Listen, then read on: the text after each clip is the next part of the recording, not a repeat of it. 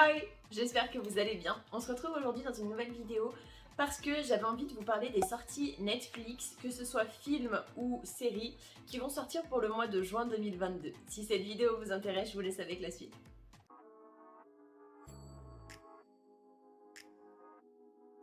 La première série qui doit sortir le 2 juin 2022, il s'agit de la série Borgen, le pouvoir et la gloire.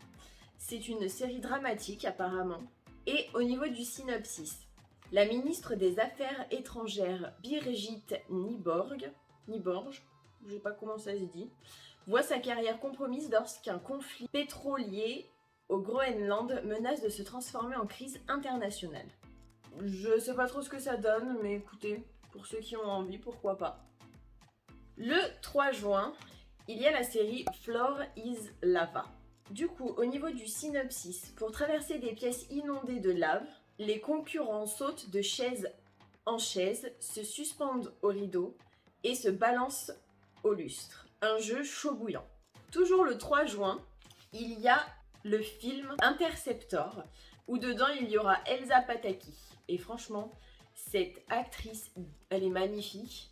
Et enfin, franchement, j'adore comment elle joue. Dans les Fast and Furious, elle joue trop bien, et dans quasiment tous les films qu'elle fait d'ailleurs. Au niveau du synopsis, un lieutenant de l'armée doit utiliser ses années d'expertise militaire pour sauver l'humanité lorsque 16 missiles nucléaires sont lancés sur les États-Unis et qu'une violente attaque coordonnée menace simultanément son poste d'interception de missiles à distance. Toujours le 3 juin, il y a beaucoup de séries qui apparemment sont programmées pour le 3 juin. Je sais pas ce qu'ils ont avec cette date, mais apparemment Netflix adore. Il y a la série Monsieur Good, flic ou baron. Au niveau du synopsis, dans cette série documentaire, lorsqu'un flic de choc est suspecté de trafic de drogue, des enquêteurs doivent déterminer s'il est un excellent policier ou un criminel. Ça peut être pas mal niveau intrigue.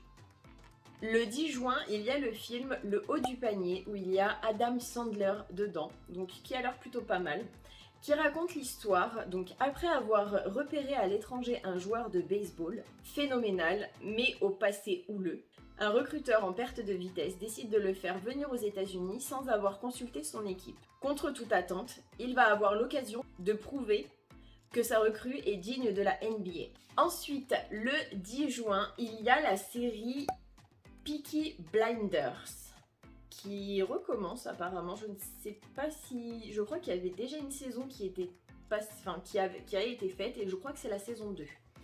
En 1999, à Birmingham, soldats, révolutionnaires politiques et criminels combattent pour se faire une place dans le paysage industriel de l'après-guerre. Le Parlement s'attend à une violente révolte et Winston Churchill mobilise des forces spéciales pour contenir les menaces.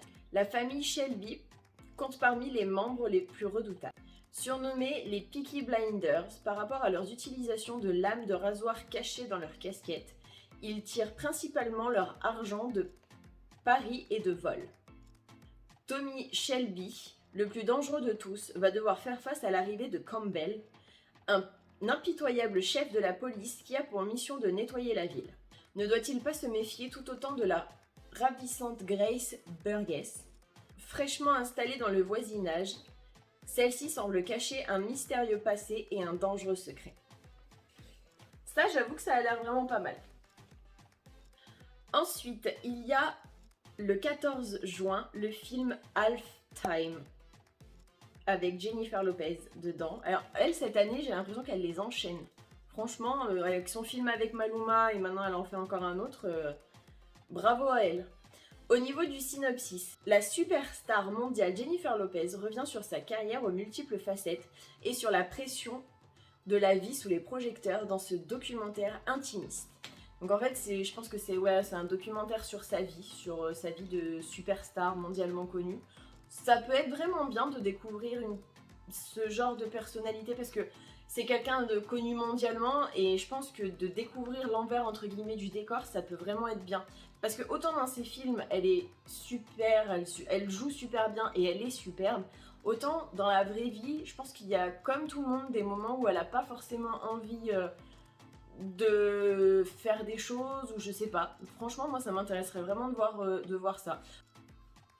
Ensuite, le 15 juin, il y a Colère divine. Non, je crois que c'est un film, Colère divine.